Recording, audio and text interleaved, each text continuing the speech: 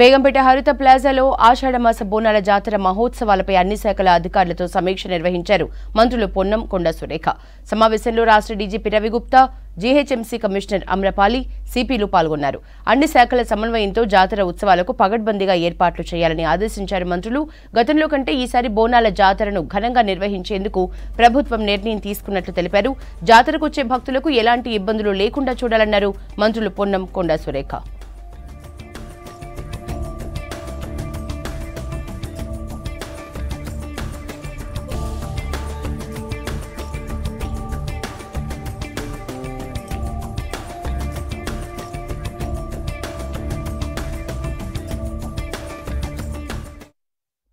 బేగంపేట హరిత ప్లాజాలో ఆషాఢమాస బోనాల జాతర మహోత్సవాలపై అన్ని శాఖల అధికారులతో సమీక్ష నిర్వహించారు మంత్రులు పొన్నం కొండా సురేఖ.